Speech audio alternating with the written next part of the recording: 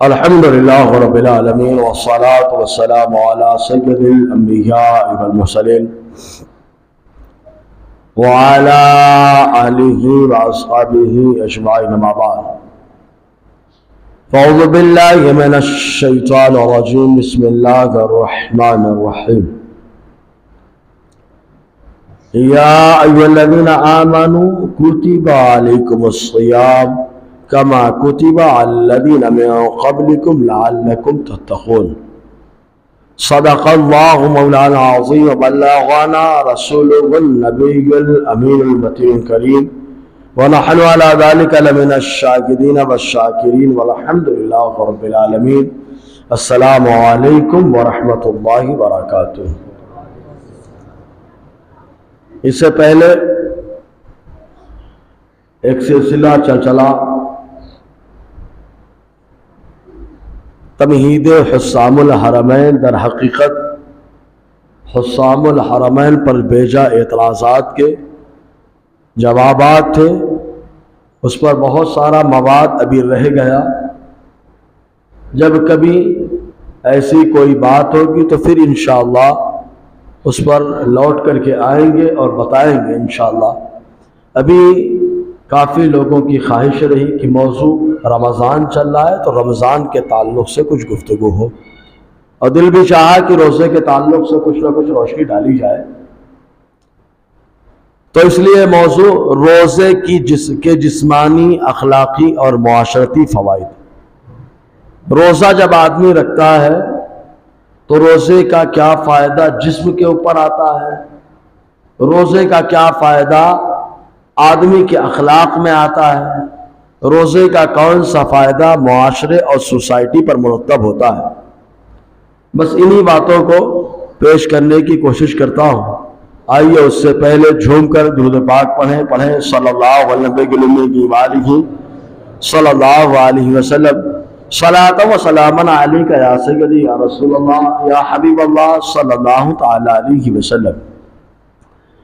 معزز سامعین کرام، جسم آدمی کا اگر محفوظ ہے بیماریوں سے تو آدمی ہر طریقے کی سہولتیں اور آسانیاں، راحتیں پاتا ہے، لیکن اگر آدمی کا جسم بیمار ہو جائے تو ایسی صورت میں کبھی کبھی اس کو بہت ساری پابندیوں کا سامنا اور بہت سارے پرہیزوں کا سامنا کرنا پڑتا ہے۔ اللہ کے حبیب صلی اللہ علیہ وسلم نے جو زندگی ہمیں عطا فرمائی، اللہ تعالیٰ فرماتا ہے لَقَدْ كَانَ لَكُمْ فِي رَسُولِ اللَّهِ أُسْوَةٌ حَسَنَةٌ۔ مصطفیٰ جان رحمت صلی اللہ علیہ وسلم کی زندگی تمہارے لیے نمونہ عمل ہے، اور ہر کسی کے لیے نہیں، اس کے لیے جو آخرت میں اللہ تبارک و تعالیٰ سے امید رکھتا ہے۔ تو حضور صلی اللہ علیہ وسلم کی زندگی کا ایک پہلو یہ بھی ہے کہ آقا علیہ السلام روزہ بھی رکھتے رہے۔ چنانچہ عثمان ابن مظعون رضی اللہ تعالیٰ عنہ سے روایت ہے کہ 3 اشخاص ماں عائشہ صدیقہ رضی اللہ تعالیٰ عنہ کے پاس آئے، اور آ کر کے ان لوگوں نے حضور صلی اللہ علیہ وسلم کے بارے میں پوچھا، تو ماں عائشہ صدیقہ رضی اللہ تعالیٰ عنہ نے بتایا کہ اللہ کے حبیب صلی اللہ علیہ وسلم کی رات میں عبادت کرنے کا انداز یہ ہے کہ اللہ کے حبیب رات کے حصے میں عبادت بھی کرتے ہیں اور آرام بھی کرتے ہیں، اور حضور صلی اللہ علیہ وسلم کے روزوں اور نمازوں کا معاملہ یہ ہے کہ حضور روزہ رکھتے ہیں نہیں بھی رکھتے، یعنی نفلی روزہ رکھتے ہیں نہیں بھی رکھتے ہیں، نفلی نمازیں پڑھتے بھی ہیں چھوڑتے بھی ہیں۔ تو حضور صلی اللہ علیہ وسلم کے بارے میں عائشہ صدیقہ نے جب یہ بتایا تو ان میں سے ایک شخص کھڑا ہوتا ہے اور کہتا ہے میرا معاملہ دیکھو، میں تو رات بھر عبادتیں کرتا ہوں، گھر کی طرف توجہ بھی نہیں دے پاتا، اتنی عبادتیں کرتا ہوں۔ گویا کہ اپنے عمل کو مصطفیٰ کے عمل سے بڑھا کر بتانا چاہ رہے تھے۔ ایک دوسرے نے کہا کہ ہمارا معاملہ تو ایسا ہے کہ ہم تو مسلسل روزہ رکھتے ہیں، مسلسل نمازیں پڑھتے ہیں۔ تیسرے شخص نے کہا میرا معاملہ تو ایسا ہے کہ میں اب تو شادی نہیں کرنے والا۔ اتنے میں مصطفیٰ جان رحمت آ گئے۔ آقا علیہ السلام نے فرمایا تم لوگوں نے جو باتیں کہی ہیں میں نے سنی ہے، لیکن سنو، اللہ کا پیغمبر میں ہوں اور اللہ تعالیٰ نے مجھے اب تمہارے لیے آئیڈیل بنایا۔ میں رات میں عبادت بھی کرتا ہوں، رات میں آرام بھی کرتا ہوں۔ حضور صلی اللہ علیہ وسلم رات میں عبادت بھی کرتے، آرام بھی کرتے، اور اس کے ساتھ آقا علیہ السلام نے فرمایا تم کہتے ہو کہ مسلسل روزہ رکھتے ہو، مسلسل عبادت کرتے ہو، گھر کی طرف توجہ نہیں ہو پاتی۔ آقا نے فرمایا میں نفلی روزے بھی رکھتا ہوں، نمازیں بھی پڑھتا ہوں، اور اپنے گھر والوں کی کفالت بھی کرتا ہوں۔ حضور صلی اللہ علیہ وسلم نے اس کے بعد فرمایا تم یہ کہتے ہو کہ میں شادی نہیں کروں گا، تو سنو اللہ کے نبی صلی اللہ علیہ وسلم نے فرمایا میں وہ ہوں کہ میں نے نکاح بھی کر کے اپنی امت کو نکاح کرنے کا سلیقہ عطا فرما دیا ہے۔ تو حضور صلی اللہ علیہ وسلم کی زندگی ہمارے لیے آئیڈیل ہے۔ کامیاب زندگی وہی ہے جو مصطفیٰ کی زندگی کے مطابق ہو جائے۔ تو آقا علیہ السلام کی زندگی ایسی رہی کہ ذرا دیکھیں، ایک روایت میں آیا ماں عائشہ صدیقہ رضی اللہ تعالی عنہا سے آقا علیہ السلام فرماتے ہیں عائشہ کیا 3 ٹائم کھانا کھاتی ہو؟ ارے اللہ تبارک و تعالیٰ کے لیے کھانا چھوڑ دو، کہ جو اللہ کے لیے کھانا چھوڑ دیتا ہے اللہ تبارک و تعالیٰ اسے خوشحال بنا دیتا ہے۔ بہت سے لوگ بولے یار اللہ کے لیے جو ہوتا ہے۔ تو مصطفیٰ جان رحمت صلی اللہ علیہ وسلم نے بہت ساری باتیں اپنے امتیوں کو بیان فرمائی، انہی میں سے ایک روزے کا فائدہ جسم کے اوپر کیا مرتب ہوتا ہے۔ آج ہم لوگ مرغن غذائیں کھاتے ہیں، تیل آلود غذائیں ہوتی ہیں، تیل بھی بڑا عجیب و غریب ہوتا ہے، اور تیل وہ ایسا تیل کہ آدمی کے دل پہ اثر ہوتا ہے، ایسا تیل جس کی وجہ سے آدمی کے اندر فیٹ بڑھتا ہے، ایسا تیل ہوتا ہے، ایسے مسالہ جات ہوتے جن کی وجہ سے آدمی کے اندر چربی کا اضافہ ہوتا ہے۔ ایسا معاملہ ہوتا ہے کہ ایک وقت آتا ہے کہ آدمی کے دانت نہیں آنتوں کا معاملہ خراب ہو جاتا ہے، اور جب نظام انہضام خراب ہوتا ہے تب ایسی صورت میں خون کا معاملہ بھی خراب ہوتا ہے۔ جب خون کا معاملہ خراب ہوتا ہے تو کبھی نسیں بند ہوتی ہے، تو کبھی آدمی کے اوپر بلڈ پریشر کا معاملہ ہوتا ہے، کبھی بہت ساری بیماریاں مسلط ہو جاتی ہے۔ لیکن ایسے موقع پر جو آدمی اپنے معدے کو صاف رکھتا ہے، کلیئر رکھتا ہے، اللہ تعالیٰ اس کو تمام بیماریوں سے نجات عطا فرماتا ہے۔ اطباء کے پاس جائیں آپ، حکماء کے پاس، حکیم جو ہوتے ہیں اطباء، آدمی کا علاج کرنے سے پہلے اس کے پیٹ کا علاج کرتے ہیں، مسہل دوائیں دیتے ہیں کہ جس کی وجہ سے آدمی کا پیٹ صاف ہو جائے۔ عربی کی کہاوت ہے البطن ام الامراض، پیٹ بیماریوں کی ماں ہے۔ جس کا پیٹ گڑبڑ ہوتا ہے اس کے اندر بہت ساری بیماریاں ہوتی ہیں، اور جس کا پیٹ کلیئر رہتا ہے اللہ تبارک و تعالیٰ اس کو بیماریوں سے نجات عطا فرماتا ہے۔ کیونکہ پیٹ میں جب غذائیں جاتی ہیں، دیکھو غذا ہضم کرنے کے لیے 2 چیزوں کا بڑا اہم کردار ہوتا ہے، ایک دانت کا کردار ہوتا ہے، ایک آنت کا کردار ہوتا ہے۔ دانت کا کام چبانا ہے اور آنت کا کام ہضم کرنا ہے۔ یہ اگر دونوں سسٹم صحیح ہو جاتے ہیں تب ایسے صورت میں غذا خون میں کنورٹ ہوتی ہے۔ خون بنتا ہے پہلے، پھر خون بننے کے بعد اسی سے گوشت بنتا ہے، اسی سے سب کچھ بنتا ہے۔ تو اللہ کے حبیب صلی اللہ علیہ وسلم نے جو فارمولا دیا ہے یہ روزوں کا، اتنا زبردست فارمولا، آج دنیا ڈائٹنگ کے نام پہ 1 دن 2 دن نہیں کھاتی ہے، لیکن مصطفیٰ جان رحمت نے جو ڈائٹنگ کا سلسلہ بتایا کہ اگر ہفتے میں کوئی 2 روزہ رکھ لے تو ڈاکٹر بھی یہی کہتے ہیں کہ اللہ تبارک و تعالیٰ اس کو تمام بیماریوں سے حفاظت عطا فرما دیتا ہے۔ اور خود اللہ کے حبیب صلی اللہ علیہ وسلم پیر اور جمعرات کا روزہ رکھ رہے ہیں، تو آقا علیہ السلام سے پوچھا جاتا ہے کیوں رکھ رہے ہیں؟ تو ایک وجہ تو یہ بیان فرماتے ہیں آقا علیہ السلام کہ اس دن اللہ تبارک و تعالیٰ کی بارگاہ میں اعمال پیش کیے جاتے ہیں، تو میں یہ چاہتا ہوں کہ جب میرے اعمال پیش ہوں تو اس وقت میں روزے دار رہوں۔ آقا علیہ السلام نے بیان فرمایا کہ جب اعمال پیش ہو رب کی بارگاہ میں تو میں روزے دار رہوں، میں روزے دار رہوں، میں یہ چاہتا ہوں میرے رب کی بارگاہ میں۔ اگر اس میں اطباء کے اعتبار سے دیکھیں تو بہت ساری بیماریوں کو مصطفیٰ نے ختم فرما دیا ہے۔ ایک حدیث پاک میں آیا ہے، حدیث کا ایک لفظ، لیکن اللہ تعالیٰ نے اپنے محبوب کو ایسا جامع الکلم بنایا کہ ایک جملے میں سارے سمندر کو سمیٹ دیا ہے۔ کوزے میں سمندر کو بولتے ہیں نا، ہنر یہ ہے کہ کوزے میں سمندر سمیٹ دو، تو مصطفیٰ جان رحمت میں اللہ تعالیٰ نے یہ ہنر بدرجہ عطم عطا فرمایا ہے۔ ایک جملہ اور اس کی تشریح کرتے جاؤ تو گھنٹوں گفتگو ہو، گھنٹوں گفتگو۔ آقا علیہ السلام کا جملہ ایسا جامع الکلم ہوا کرتا۔ چنانچہ یہ حدیث پاک معجم اوسط 8واں حصہ صفحہ 184 کے اندر ہے، 8312 حدیث نمبر ہے، راوی حضرت ابو ہریرہ رضی اللہ تعالیٰ نے یہ بیان فرماتے ہیں کہ حضور نے فرمایا اغزو تغنمو، حضور نے فرمایا غزا کرو، جنگ کرو، اللہ تمہیں سلامتی عطا فرمائے گا۔ بہت سلو بولتے یار، جنگ کرو اللہ تمہیں سلامتی عطا فرمائے گا۔ دنیا کہے کہ جنگ کرنے سے کہیں سلامتی ملتی ہے، ہم نے کہا بلا شبہ جو حد سے بڑھتا ہے اس کو کاٹا جاتا ہے تو جا کر کے سلامتی ملتی ہے۔ مونچھ کے بال اگر حد سے بڑھ جائے ان کو کاٹو، چہرہ خوبصورت ہو جائے گا۔ ناخن اگر حد سے بڑھ جائے انہیں کاٹو تو بلا شبہ ہاتھوں میں خوبصورتی آئے گی۔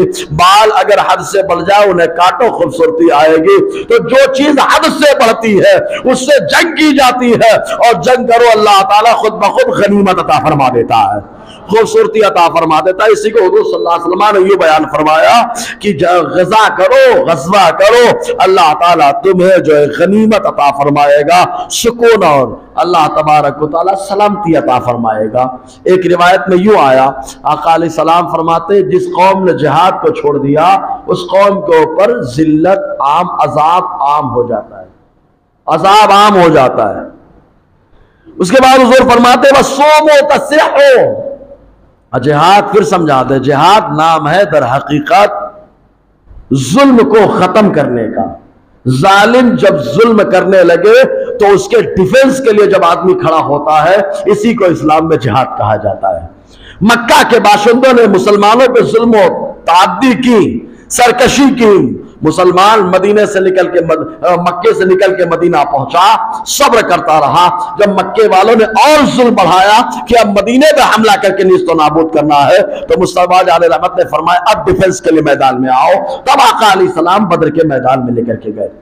تو اللہ تبارک و تعالیٰ کے رسول نے فرمایا صوموا تصحوا، روزہ رکھو اللہ تمہیں صحت عطا فرمائے گا۔ بہت سلو ہے یار، روزہ رکھو اللہ تمہیں صحت عطا فرمائے گا۔ لفظ صحت تصحو کئی معنوں میں آتا ہے۔ پہلا معنی تو یہ کہ روزہ رکھو اللہ صحت دے گا، یعنی بیماری سے نجات عطا فرما دے گا۔ دوسرا معنی یہ کہ روزہ رکھو اللہ تبارک و تعالیٰ صحت دے گا، تندرستی دے گا، اگر کمزور ہو تو اللہ تندرستی عطا فرما دے گا۔ روزہ رکھو صحت اللہ تبارک و تعالیٰ عطا فرمائے گا، صحت یعنی اللہ تبارک و تعالیٰ مرض سے نجات عطا فرما دے گا۔ اطباء، ڈاکٹر و حکمہ کیا کہتے ہیں کہ روزہ جب آدمی رکھتا ہے تو سب سے پہلے مسلسل آنتیں ہضم کرتی رہتی ہیں، مسلسل ان کا کام ہوتا رہتا ہے، لیکن جب آدمی روزہ رکھتا ہے تب ایسی صورت میں معدہ جو ہے نا، آنتیں وہ بھی آرام کر لیتی ہیں، ان کو بھی آرام کرنے کی ضرورت ہے۔ مسلسل جو مشین چلتی ہے وہ کبھی نہ کبھی خراب ہو جاتی ہے، تو معدہ اور آنت مسلسل چلتے رہتے، کام کرتے رہتے، تو جس کی وجہ سے خراب ہونے کا اندیشہ ہوتا ہے۔ تو روزہ جب آدمی رکھ لیتا ہے 12 مہینے میں 1 مہینے کا، تو اس کی آنتیں آرام کر لیتی ہیں، اب نظام انہضام بڑا مضبوط ہو جاتا ہے۔ جب نظام انہضام ہضم کرنے کا سسٹم مضبوط ہو جاتا ہے، اب کیسی بھی وہ غذائیں کھائے آنتیں ہضم کر لیتی ہے، اور اللہ تعالیٰ اس کے ہاضمے کی برکت سے خون اور گوشت ستھرا فرما دیتا ہے، کیونکہ خون میں ساری بیماریاں دوڑتی رہتی، معدہ آرام کر لیتا ہے۔ تو حضور نے فرمایا معدے کو آرام کرانا چاہتے ہو روزہ رکھو، معدے کی بیماری سے نجات پاؤ گے۔ بولو یار، صوموا تصحوا، روزہ رکھو معدے کی بیماری سے نجات پاؤ۔ اس کے علاوہ مسلسل جب آدمی کھانا کھاتا ہے تو اس کے اندر زہریلے مادے پیدا ہوتے ہیں، زہریلے مادہ کہاں سے نکلے نکل نہیں پاتے، اسی لیے حجامہ بھی ہوتا ہے۔ تو زہریلے مادے اس کے اندر پیدا ہو جاتے ہیں، بہت ساری سڑی گلی اور کھانے خراب ہو جاتی ہے، بہت سارے بدن کے اعضاء خراب ہو جاتے ہیں آدمی کے۔ تو جب آدمی بھوکا رہتا ہے تب ایسی صورت میں زہریلے مادے ختم ہو جاتے ہیں، اور ساتھ ہی ساتھ وہ جو پارٹس وہ جو خراب ہو چکے ہیں، جن سے ٹی بی ہونے کا خدشہ ہے، کینسر کے خدشات ہوتے ہیں، بدن کے دوسرے اعضاء ان کو کھانا شروع کر دیتے ہیں، اور ایک وقت آتا ہے وہ سڑے گلے اعضاء ختم ہو جاتے ہیں۔ تو اس طریقے سے اللہ تبارک و تعالیٰ ان سڑے گلے اعضاء کی وجہ سے جو بڑی بیماریاں پیدا ہونے والی تھی ان سے نجات عطا فرما دی۔ اسی کو آقا نے فرمایا روزہ رکھو اللہ تعالیٰ بڑی بڑی بیماریوں سے تمہیں نجات عطا فرمائے گا۔ صومو تسعو، روزہ رکھو صحت مند ہو جاؤ۔ آقا علیہ السلام فرمائے اس کے علاوہ آپ دیکھو آج عام طور سے معاملہ آتا ہے کس کا؟ بلڈ پریشر کا، لو ہو رہا ہے، ہائی ہو رہا ہے، شوگر کا لو ہو رہی ہے اور زیادہ ہو رہی ہے، آدمی بڑا ٹینشن میں رہتا ہے بڑی بڑی بیماریوں کی وجہ سے۔ لیکن یہ بیماریاں کیوں ہو رہی ہیں؟ میٹھا کھانے سے تو آدمی کو شکر ہونی نہیں چاہیے لیکن ہو رہی ہے۔ کیوں؟ اس لیے کہ وہ میٹھا جو مصطفیٰ کو پسند تھا وہ خالص میٹھا تھا۔ آج جو ہم میٹھا کھا رہے ہیں اس میٹھے کے اندر کیمیکل بھرا پڑا ہے، بھرا پڑا ہے اس کے اندر کیمیکل۔ پھل آدمی کے لیے بڑا مفید ہوا کرتا ہے لیکن ابھی پھل جو کھایا جا رہا ہے کیمیکل بھرا پڑا ہے۔ جب کیمیکل جب پھل کے اندر آ گیا، بہت ساری چیزوں کے اندر آ گیا، تو جب انسان اس کو کھاتا ہے تو وہ کیمیکل اندر چلا جاتا ہے۔ تو اللہ تبارک و تعالیٰ نے سال میں 1 مہینے کا روزہ فرض قرار دیا کیونکہ جو فاسد مواد ان کیمیکلوں کے ذریعے سے آدمی کے بدن میں آ گیا۔ جب آدمی 1 مہینے کا روزہ رکھتا ہے تو اللہ تعالیٰ ان کیمیکل کے ذریعے سے جو ریئیکشن ہونے والا ہوتا ہے ان ریئیکشنوں سے نجات عطا فرما دیتا ہے۔ اسی کو آقا علیہ السلام نے فرمایا صومو تسعو، روزہ رکھو، ان تمام خرافات سے اللہ تعالیٰ تمہیں حفظ و امان عطا فرمائے گا۔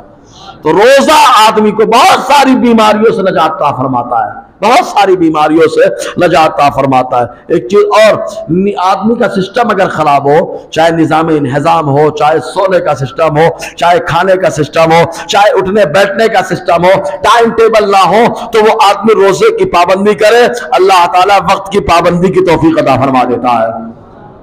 کیونکہ ٹائم سے کھاتا ہے، ٹائم سے افطار کرتا ہے، پابندی شروع ہو جاتی ہے۔ تو روزے کی وجہ سے اللہ تبارک و تعالیٰ بہت ساری بیماریاں، فیٹ، موٹاپا جس کو کہا جاتا ہے، بدن میں چربی ہو جاتی ہے فاسد، جس کی وجہ سے آدمی کے چوک اپ کے معاملات آ جاتے ہیں، اٹیک کا مسئلہ آ جاتا ہے، بولے نس چوک اپ ہو گئی۔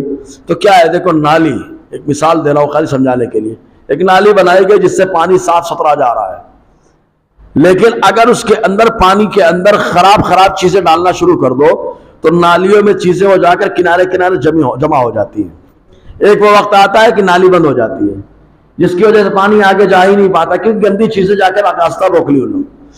اگر صاف چیزیں جاتی تو برابر کلیئر ہوتا معاملہ۔ تو اب ان کو کلیئر کرنے کا طریقہ کیا ہے؟ ان کو جلا دیا جائے، ان کو ختم کر دیا جائے۔ تو ایسے ہی انسان کی نسوں کا معاملہ ہے، نسوں میں آدمی کے جو چربی فاسد ہوتی ہے، خراب چربی ہوتی ہے، وہ جا کر کے نسوں میں بس بیٹھ جاتی ہیں، چپک جاتی ہیں اور اس میں چکنا پن ہوتا ہے جس کی وجہ سے خون کا دوڑنا وہ رکنے لگتا ہے۔ تو اس لیے اب ایسی صورت میں وہ چربی کو ختم کرنا ضروری ہوتا ہے۔ اگر چربی نہیں ختم کریں گے اٹیک کے معاملات ہوں گے، بہت سارے مسائل کھڑے ہو جائیں گے۔ ایسے موقع پہ آقا نے فرمایا روزہ رکھو 1 مہینے کا، یہ تمہارا روزہ ان تمام خراب چربیوں سے نجات عطا فرمائے گا۔ اسی کو آقا علیہ السلام نے فرمایا صومو تسعو، روزہ رکھو صحت مند ہو جاؤ۔ آج تو ہمارے پاس دیکھو بہت سارے معاملے رہتے، بھائی ہم روزہ نہیں رکھ سکتے، یہ نہیں رکھ سکتے، بہت سارے عذر۔ دیکھو عذر پیش کرنے والا ہر چیز میں عذر پیش کرے گا، عذر پیش کرنے والا روزہ وہی رکھتا ہے کیونکہ حدیث پاک میں کیا ہے؟ حضور نے فرمایا سارے اعمال کا بدلہ جنت ہے اور روزے کا بدلہ میں خود ہوں۔ تو جو بدلے میں اللہ کو لینا چاہتا ہے وہ روزے کا اہتمام کرتا ہے، اور جس کے لیے ایک بات اور، سارے اعمال کا بدلہ جنت ہے اور روزے کا بدلہ خود اللہ تعالیٰ ہے، اور جس کا مولا ہو جائے سمجھ لو ساری کائنات اس کی ہو جاتی ہے۔ مثال دے دوں، جس کا اللہ ہو جائے ساری کائنات اس کی ہو جاتی ہے۔ کہا کیسے؟ کہا مصطفیٰ جان رحمت کا اللہ سپورٹر ہے، ساری کائنات مصطفیٰ کے کنٹرول میں ہے، ساری کائنات مصطفیٰ کے کنٹرول میں ہے۔ سورج پلٹے تو مصطفیٰ کے اشارے سے، بہت سلو ہے یار، چاند 2 ٹکڑے ہو تو مصطفیٰ کے اشارے سے، بارش ہوتی ہے مصطفیٰ کے ہاتھ اڑنے سے۔ اللہ تبارک و تعالیٰ کمال دے رہا، دیکھو زمین بھی سمٹتی ہے مصطفیٰ کے لیے۔ تو بتانا مقصد یہ کہ جس کے لیے اللہ ہو جاتا ہے ساری کائنات اس کی ہو جاتی ہے۔ تو روزے کا بدلہ کیا ہے؟ آقا نے فرمایا سارے اعمال کا بدلہ جنت ہے، روزے کا بدلہ اللہ تبارک و تعالیٰ ہے، اور جس کا اللہ ہو جاتا ہے اس کا پاور بڑھ جاتا ہے، بیٹھتا ہے بغداد میں اور عطا کرتا ہے ہندوستان والے کو۔ پتا نہ یہ کہ جو اللہ کا ہو، اللہ جس کا ہو جاتا ہے تو اللہ تبارک و تعالیٰ کی ساری مخلوق اس کے سپورٹ میں ہو جاتی ہے. اسی لیے ولیوں کی شان بے مثل و بے مثال، ولیوں کا مقام بے مثل و بے مثال، کہ جس کا اللہ ہو گیا تو اللہ تبارک و تعالیٰ اپنی مخلوق کو اس کے سپورٹ کے لیے کھڑا کر دیتا ہے. تو حضور صلی اللہ علیہ وسلم نے فرمایا روزہ رکھو صحت مند ہو جاؤ گے. اب ایک چیز اور، مالداری. ہر آدمی چاہتا ہے بھائی مالدار ہو جاؤں، صحیح ہے کہ نہیں؟ اور مال دو طریقے سے آتا ہے. ایک مال آتا ہے تو تباہی لاتا ہے، جیسے ابو جہل کے پاس آیا تو تباہی لایا، ولید بن مغیرہ کے پاس آیا تو تباہی لایا، فرعون اور نمرود کے پاس آیا تو تباہی لایا، قارون کے پاس آیا تو تباہی لایا، ماں خدیجہ کے پاس لایا تو اسلام کی سربلندی لایا، حضرت ابو بکر کے پاس آیا تو اسلام کی عظمت لایا، عثمان غنی کے پاس آیا تو سخاوت کا پیکر بنا کے لایا. تو مال دو طریقے سے آتا ہے، کبھی اللہ تبارک و تعالیٰ دیتا ہے تو اس کے ذریعے سے تباہی بھی آتی ہے، اور کبھی اللہ تعالیٰ دیتا ہے تو اس کے ذریعے سے اللہ سربلندی عطا فرماتا ہے. اور کچھ ایسے بھی ہوتے ہیں کہ اللہ تبارک و تعالیٰ کے لیے مال کو ٹھوکر مار دیتے. کہا کون؟ کہا بادشاہ وقت ابراہیم بن ادام ہے، بادشاہ وقت مخدوم پاک ہے، جنہوں نے اللہ کے لیے ٹھوکر بھی مار دی. تو ہر آدمی مال چاہتا ہے. اب وہ دیکھنا ہے کہ مال کس طریقے سے ہے. گھمنڈ لاتا ہے کہ گھمنڈ کو مار دیتا ہے. تو مصطفیٰ نے ایک فارمولا دیا ہے. آقا فرماتے وَسَافِرُوا تَسْتَغْنَوْا، حضور نے فرمایا سفر کرو اللہ تعالیٰ تمہیں مالدار بنا دے گا. بہت سی لوگ بولے یار، کاروبار کے لیے جب آدمی محنت کرتا ہے، سفر کرتا ہے، دوڑ بھاگ کرتا ہے، سفر مطلب دوڑ بھاگ کرے، محنت و مشقت برداشت کرے. اور اس زمانے جب مصطفیٰ نے فرمایا تھا، اس زمانے میں ایک شہر دوسرے شہر جانا ہی پڑتا تھا. مکے والوں کے دو سفر ہوتے تھے سال میں، ایک یمن کی طرف ایک شام کی طرف جو سفر ہوتا تھا. تو اللہ تبارک و تعالیٰ دو سفر کی برکت سے مکے والوں کو سال بھر خوشحال زندگی عطا فرماتا، سال بھر خوشحال زندگی گزارتے ہو. تو آقا علیہ السلام نے فرمایا سفر کرو اللہ تمہیں مالدار بنا دے گا. تو حضور صلی اللہ علیہ وسلم نے فرمایا روزہ رکھو صحت مند ہو جاؤ گے. اب ایک عرب کا بہت بڑا ڈاکٹر اور طبیب آقا علیہ السلام سے پہلے ہوا، جس کا نام ہے حارث ابن کلدہ، جس کو طبیب العرب کہا جاتا ہے، عرب کا حکیم. عرب کا حکیم. اس نے ایک جملہ کہا، اور کچھ لوگوں نے کہا کہ اسی جملے کو آقا علیہ السلام نے بیان فرمایا لیکن لہذا حدیث ہے. کچھ لوگوں نے کہا نہیں یہ حدیث تو نہیں ہے، بس ایک ڈاکٹر اور ایک حکیم طبیب عرب کا قول ہے جس کا نام تھا حارث ابن کلدہ. یہ کہتا ہے المعدہ بیت الداء والحمیۃ راس الدواء وہذا مسلم عند الاطباء. کہتا ہے معدہ یہ بیماریوں کا گھر ہے، معدہ بیماریوں کا گھر ہے. یہی وجہ ہے کہ جو خراب چیزیں ہوتی ہیں، جو بیماریوں کا اڈا، قبر میں سب سے پہلے وہی چیز فنا ہوتی ہے، وہی چیز ختم ہوتی ہے. لیکن اللہ تعالیٰ کے کچھ نیک بندے ہیں کہ اللہ تعالیٰ ان کے اعضاء کو سلامت رکھتا ہے، وہ قبر میں بھی زندہ ہوتا ہے. ارے اعضاء تو اعضاء، ان کا کفن بھی میلا نہیں ہوتا. حضرت امام احمد بن حنبل رضی اللہ تعالی عنہ کے مزار کے تعلق سے علامہ علی قاری نے لکھا بھی ہے مرقات المفاتیح کے اندر کہ ان کے وصال کے 40 سال کے بعد بغداد معلیٰ میں طوفان آیا. بغداد کا پورا قبرستان پانی سے ایک دم جل تھل ہو گیا، پورا ایک دم بھر گیا. جب پانی ختم ہوا تو قبر کھل گئی. جب قبر کھلی تو معلوم کیا ہوا، وجدہ جسمہ صحیحا لم یبل وجثتہ لم تتغیر. آپ کا جسم پایا گیا تو صحیح و سالم، ذرا بھی تبدیلی نہ ہوئی. وَكَفَنُهُ أَيْضًا لَمْ يَتَغَيَّرْ، اور ان کے کفن کو بھی ذرا بھی داغ نہ لگا، جیسا کفن پہلے تھا ویسا کفن آج ہی موجود تھا. تو اللہ تبارک و تعالیٰ ان کے کفن کو بھی محفوظ رکھتا ہے. بہرحال تو پیٹ جو ہے بیماریوں کا اڈا ہے، بیماریوں کا گھر ہے. المعدہ بیت الداء والحمیۃ راس الدواء، اور پرہیز یہ بیماری کی بنیاد ہے. پرہیز بیماری کی بنیاد. ڈاکٹر سے آپ سردی کی دوا لیں اور آئیں کو ٹھنڈا ٹھنڈا کھائیں تو کچھ اثر نہیں ہوتا، دوا کنارے رہ جائے گی. پرہیز اصل ہے، پرہیز اصل.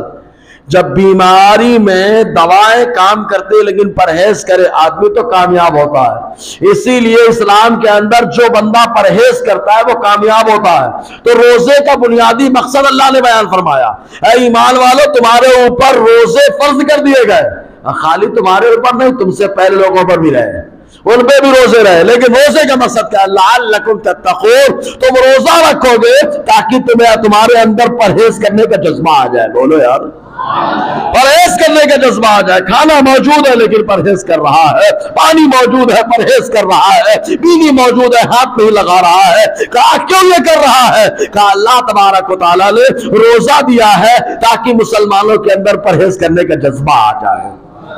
تو پرہیز کرنے کا جو جذبہ ہے یہ اسلام سکھا رہا ہے، یہ روزہ سکھا رہا ہے، یہ رمضان سکھا رہا ہے کہ ہمارے پاس سب کچھ موجود ہے۔ مزید یہ کہ یہ رمضان اور روزہ یہ بھی سکھاتا ہے ہمارے اسلام میں، اے مسلمانوں، ہمارا کچھ اختیار نہیں چلتا ہے، ہمارے اسلام میں اختیار تو صرف میرے مولا کا چلتا ہے۔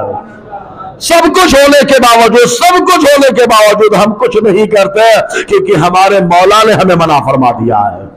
اچھا، جان بوجھ کے کھا لیا تو جان بوجھ کے کھا لیا، بولے روزہ ٹوٹ گیا، حالانکہ کھلاتا اللہ ہے، لیکن مصطفیٰ فرماتے بھول کر کھاؤ، پیٹ بھر کھایا پیا، روزہ نہیں ٹوٹا، کیونکہ روزہ اللہ کا ہے۔ اب بھول کر کے کھا پی رہا ہے تو کھلانے والا بھی اللہ ہے، پلانے والا بھی اللہ ہے۔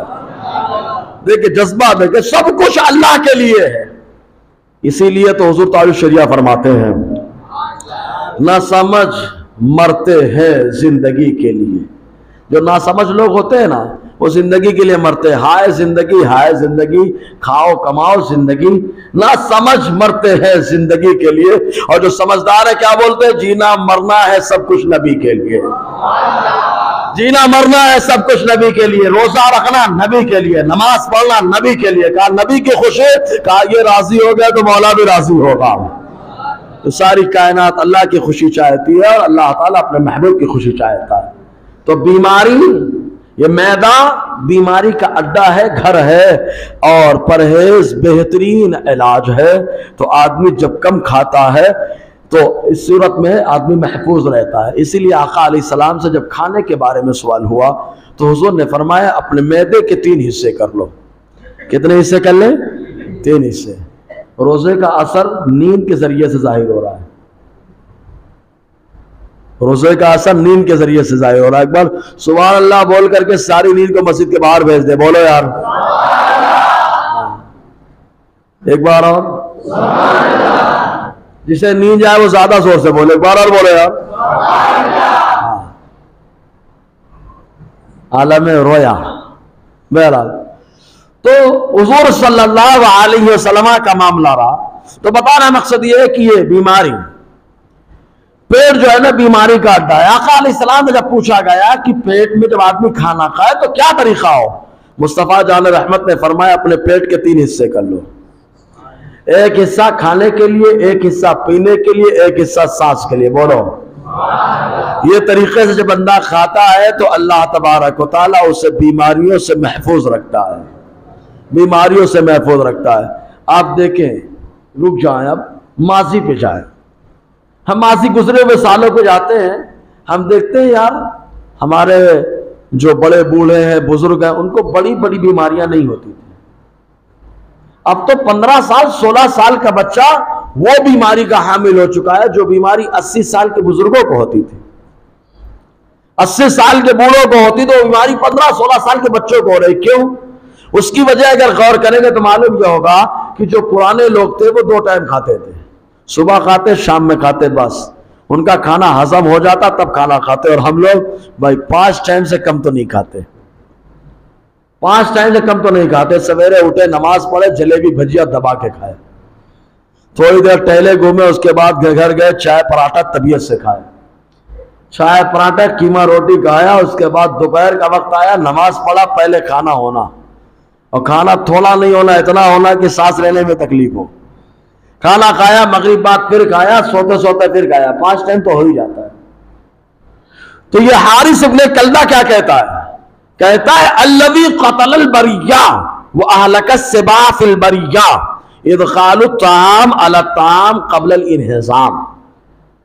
کہتے جس نے مخلوق کو مار ڈالا، قتل کر دیا، جانوروں کو ختم کر دیا، وہ ہضم ہونے سے پہلے کھانے پہ کھانا کھانا ہے، ہضم نہیں ہوا اوپر سے کھانا کھا لیا، ابھی ہضم نہیں ہوا پھر کھا لیا، ہضم نہیں ہوا پھر کھا لیا، تو اس چیز نے تمام مخلوق کو تباہ اور برباد کر دیا۔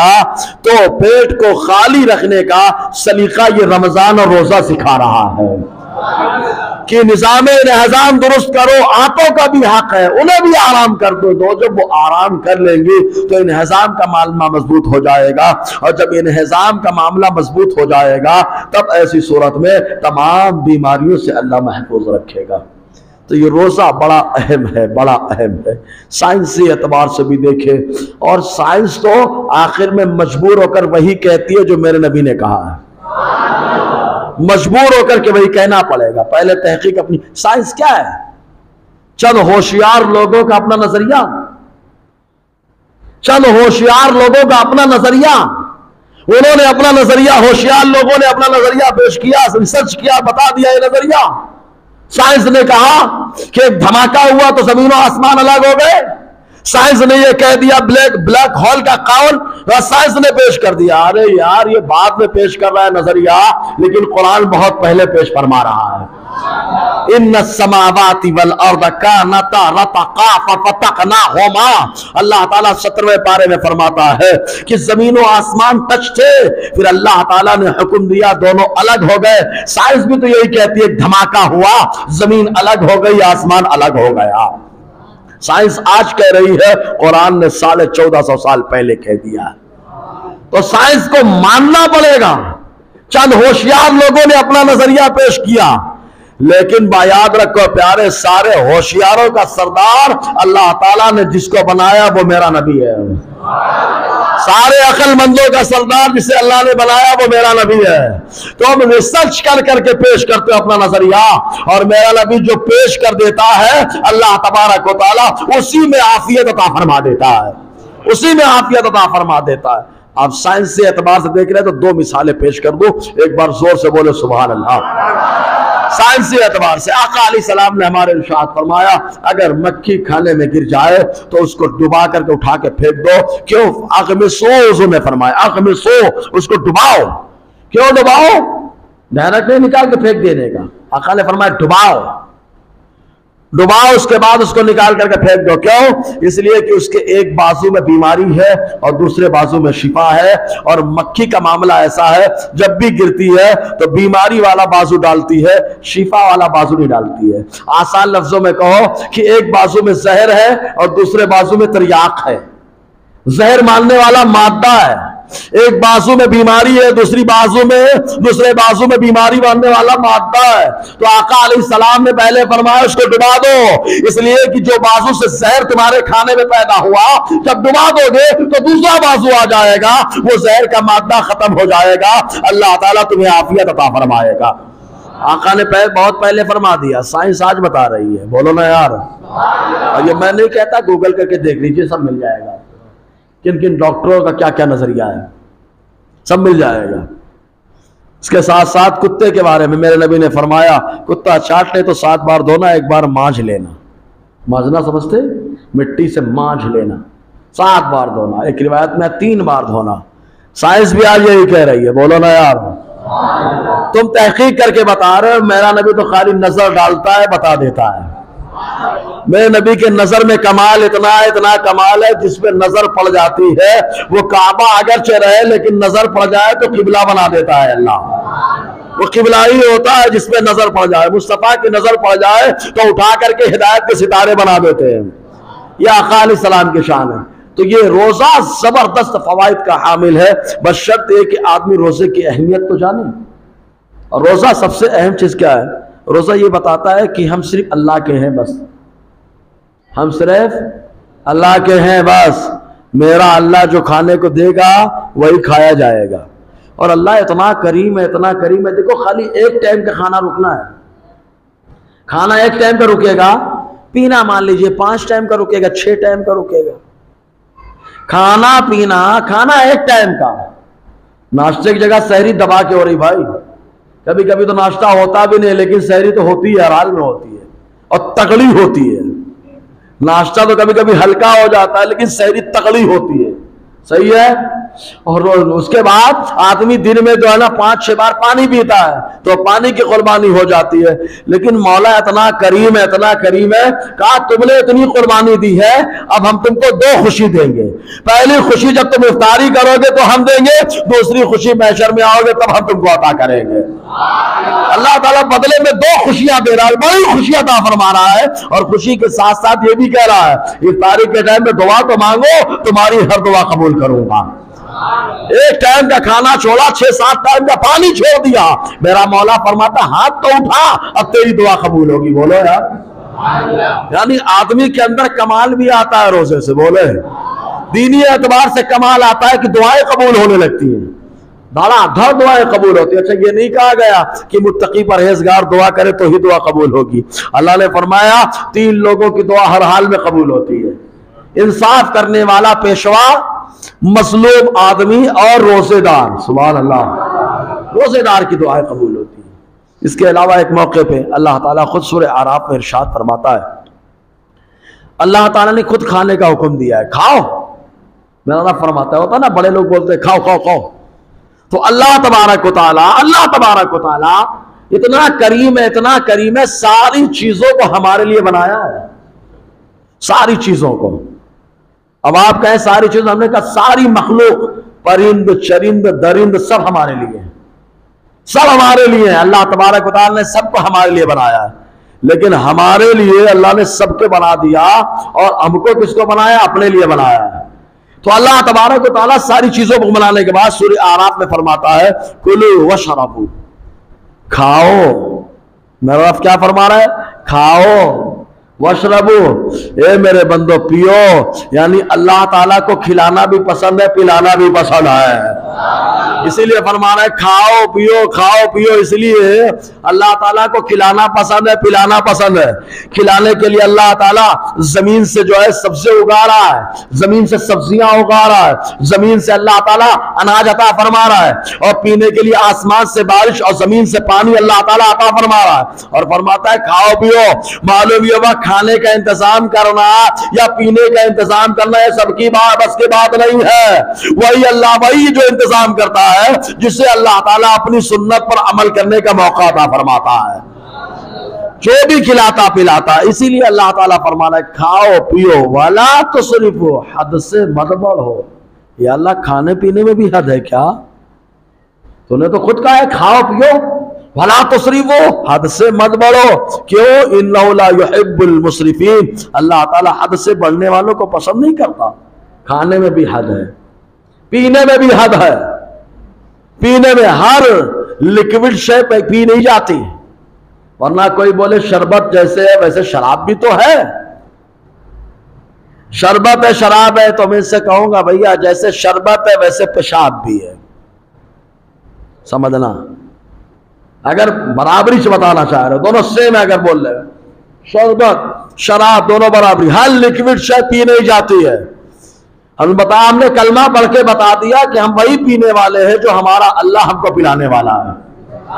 تو شراب کو اللہ فرما رہا نہیں پینے کا، مسئلہ ختم، مسئلہ ختم، نہیں پینے کا. اللہ تبارک و تعالیٰ نشے آور چیزیں پینے سے منع فرما دیا. کھانے میں بھی اللہ تعالیٰ فرما رہا ہے کھاؤ، لیکن کچھ چیزوں کو اللہ نے فرمایا مردار مت کھانا. اللہ تعالیٰ فرما رہا ہے کیا خنزیر مت کھانا. اللہ تبارک و تعالیٰ قاعدے کے حساب سے فرما رہا ہے، گرامر کے اعتبار سے نتیجہ نکلے گا کتا مت کھانا. اللہ تبارک و تعالیٰ نے الگ الگ انداز سے فرما دیا. اور کھانے میں بھی ایک لمٹ رکھی ہے. کہا کون سی لمٹ؟ کیا ہے؟ حد سے آگے مت بڑھو. کہا اس کی تفسیر کون کرے گا؟ کہا قرآن کو سمجھانے کے لیے اللہ نے اپنے محبوب کو بھیجا ہے. کسی کمپنی میں جاؤ، پہلے بھی موبائل جب ملتا تھا، شروع میں نکلا تھا تو موبائل کے ساتھ ایک کیٹلاگ بھی ملتا تھا نا، گاڑی کے ساتھ بھی کیٹلاگ ملتا ہے. اس کو دیکھنا ہے تو کیٹلاگ دیکھو، سمجھ رہے نا. کیٹلاگ نہ سمجھ میں آئے تو اس سے سامان دیکھو، تو ایک دوسرے کو دیکھو، سمجھ میں آ جاتی بات. اللہ تبارک و تعالیٰ نے پوری دنیا کی ہدایت اور پوری دنیا کو راہ راست پہ لانے کے لیے 2 چیزیں عطا فرمائی ہیں، جس کو قرآن یہ بیان فرماتا ہے قد جاءکم من اللہ نور و کتاب مبین. اللہ تبارک و تعالیٰ نے تمہیں 2 چیزیں عطا فرمائی، ایک نور جسے مصطفیٰ جان رحمت کہا جاتا ہے، اور دوسری چیز جو اللہ نے عطا فرمائی اسے قرآن کہا جاتا ہے. اگر قرآن نہ سمجھ میں آئے تو مصطفیٰ کی زندگی دیکھو، مصطفیٰ کی زندگی نہ سمجھ میں آئے تو قرآن کو دیکھو۔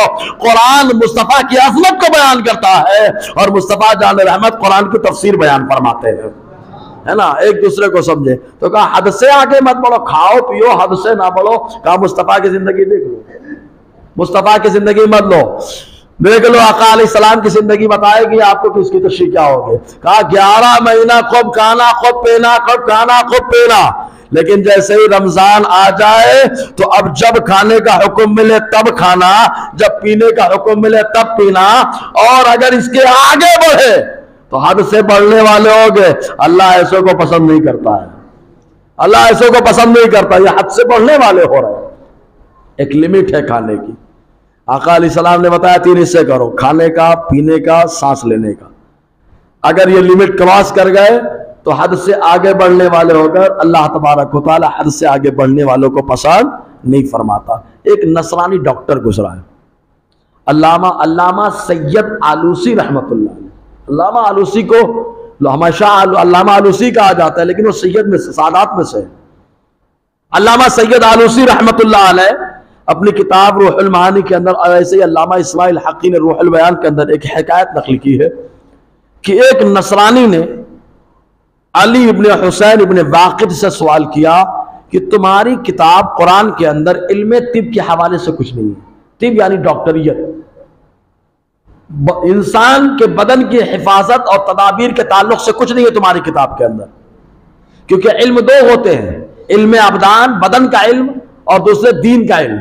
تمہاری کتاب میں دین کا علم تو بہت ہے، لیکن تمہاری کتاب کے اندر طب کا علم نہیں ہے کہ آدمی کے بدن کے تعلق سے کچھ بتایا جائے۔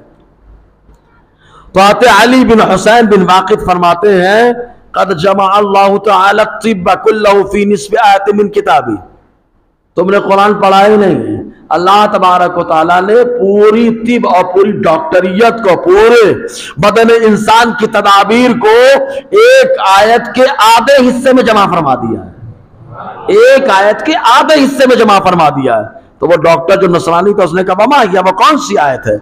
آپ نے فرمایا کلوا واشربوا ولا تسرفوا، وہ آیت یہ کہ اللہ فرماتا ہے کھاؤ پیو اور حد سے آگے مت بڑھو، حد سے آگے مت بڑھو۔ اب وہ نصرانی ہے، پھر اس نے اعتراض کر دیا کہ تمہارے پیغمبر سے کچھ باتیں نہیں ملتی ہیں، اور پیغمبر کی تو پوری زندگی طبابت کی حامل ہے یار، اور سلو بولے یار، پہلے قرآن پہ کیا، یہ قرآن میں نہیں ہے۔ جب انہوں نے قرآن جواب دے دیا تو اس نے سوال کیا کہ تمہارے پیغمبر سے کچھ نہیں ملتا ہے۔ حالانکہ امام مالک نے ایک شاندار کتاب لکھی ہے، کئی کتابیں طب نبوی ملتی ہیں، جیسے مثال کے طور پر المنہل الربیع فی الطب النبوی پڑھیں، آقا علیہ السلام کی طب نبوی، حضور صلی اللہ علیہ وسلم نے جو نسخے دیے ہیں، جو فارمولے دیے، سارے فارمولے بہترین حکیم ہونے کی نشاندہی کرتے ہیں۔ آقا علیہ السلام نے شہد کے تعلق سے فرمایا، خود قرآن کہتا ہے ہر بیماری سے شفا ہے، بولو شہد کے اندر ہر بیماری سے شفا ہے۔ دبلا آدمی ٹھنڈے پانی میں پیے تو موٹا ہو جائے، موٹا آدمی گرم پانی میں پیے تو دبلا ہو جائے، بولو یار یہ شہد کا فائدہ، ایک مثال خالی دی ہے، شہد میں ہر بیماری سے آقا علیہ السلام نے شفا فرما دیا ہے۔ کلونجی، منگریل، آقا علیہ السلام نے فرمایا موت کے علاوہ ہر بیماری کا علاج ہے، بول دو یار۔ آقا علیہ السلام نے فرمایا اس کے علاوہ بھوکا رہنا سب سے بڑا علاج ہے۔ میرے نبی نے تو پیر میں پتھر باندھ کر کے بتا دیا تمام بیماریوں کا اڈا پیٹ ہے۔ اچھا سب کا پیٹ ہو سکتا ہے لیکن مصطفیٰ کا نہیں ہو سکتا، صحیح بات ہے نا؟ سب کا پیٹ بیماریوں کا اڈا ہو سکتا ہے، مصطفیٰ کا نہیں ہو سکتا ہے۔ کیوں؟ اس لیے کہ عام طور سے بیماریاں یا تو خون میں ہوتی ہے یا تو بیماریاں پیشاب میں ہوتی ہے، اور اللہ تعالیٰ نے اپنے محبوب کے ان دونوں چیزوں کو بیماریوں سے پاک اور صاف بنایا ہے۔ ام ایمن رضی اللہ تعالیٰ عنہ مدارج النبوہ کی حدیث پاک ہے، آقا علیہ السلام نے رات میں ایک پیالے میں پیشاب فرما دیا، بول شریف فرما دیا، اور فرما کر کے تخت کے نیچے رکھ دیا، اور آقا علیہ السلام سویرا ہوا تو دیکھا وہ نہیں تھا، فرمایا کہاں ہے، اس کو کہاں ڈال دیا؟ ام ایمن نے کہا میں نے پی لیا ہے، میں نے پی لیا۔ ہم لوگ ہمارا معاملہ ہوتا تو ہم لوگ بولتے کہ ایسا نہیں، ایسا آقا علیہ السلام نے فرمایا ام ایمن تم نے پی لیا، اللہ تعالیٰ تمہیں بھی ساری پیٹ کی بیماریوں سے نجات عطا فرمائے گا۔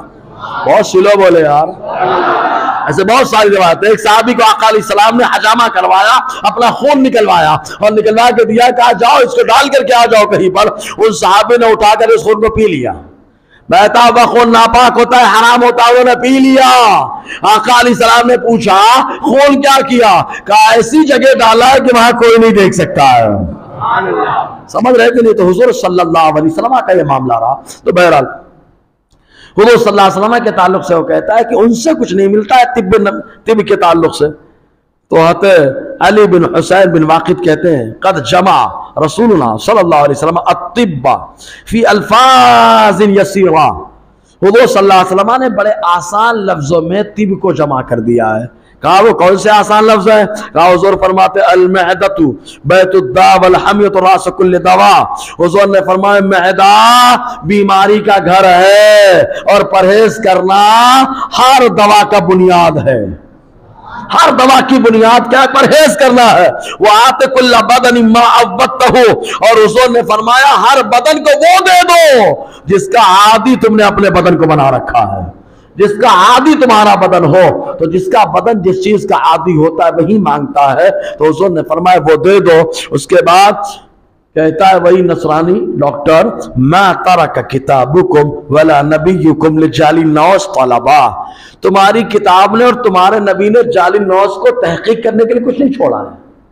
اب جعلی نوز تحقیق کرے تو اس کی بھی تحقیق پرانی ہوگی, قرآن کی تحقیق پر نہیں, اس کی تحقیق نہیں ہوگی, اور قرآن پہلے تحقیق کر چکا ہے. اگر جعلی نوز آج تحقیق کرتا ہے تو یہ اپنے اعتبار سے پیش کر رہا ہے, لیکن یہ تحقیق پہلے مصطفیٰ کر چکے ہیں. تو کہا جعلی نوز کے لیے نہ کتاب قرآن نے کچھ چھوڑا ہے اور نہ ہی مصطفیٰ جان رحمت نے کچھ چھوڑا ہے. یعنی سب کچھ مصطفیٰ جان رحمت نے بیان کر دیا, قرآن نے بیان فرما دیا ہے. ایک روایت میں آتے عمر رضی اللہ تعالی بیان فرماتے ایاکم والبطن من الطعام والشراب فانها مفسدۃ للجسم مورثۃ للسقم مکسلۃ عن الصلاۃ. روح المعانی.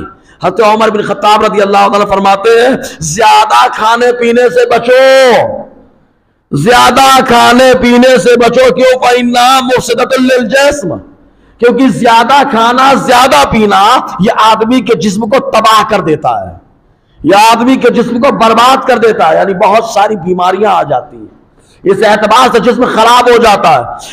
مورثۃ للسقم, بیماریاں پیدا کرتا ہے. مکسرۃ عن الصلاۃ, اور نماز کے اندر سستی پیدا کرتا ہے. تو زیادہ کھانا پینا آدمی کو تکلیف کا باعث رکھتا ہے. اسی لیے الحمدللہ اسلام کے اندر ہفتے میں 2 روزے آئے. کیا بات ہے یار, بہت سلو. مہینے میں 3 روزے آئے, ایام 20, سال میں 1 مہینے کے روزے آئے. اور آقا علیہ السلام نے فرمایا اللہ کو سب سے زیادہ پسند داؤد علیہ السلام کا روزہ ہے. کیوں؟ کیونکہ داؤد علیہ السلام نفلی روزہ 1 دن رکھتے تھے, 1 دن نہیں رکھتے تھے. بول دیا وہ ہے نا. انشاءاللہ اسی پر آگے اور گفتگو رہے گی. حضرت ابو ہریرہ نے اور کیا فرمایا, آقا کی حدیثیں کیا ہے, انشاءاللہ اسی پر گفتگو رہے گی کہ روزے کے جسمانی اور اخلاقی اور معاشرتی فوائد کیا ہے. دوران گفتگو غیر شرعی کلمات نکلے ہوں تو استغفر اللہ ربی من کل ذنب واتوب الیہ. اشہد ان لا الہ الا اللہ واشہد ان محمدا عبدہ ورسولہ. السلام علیکم ورحمۃ اللہ.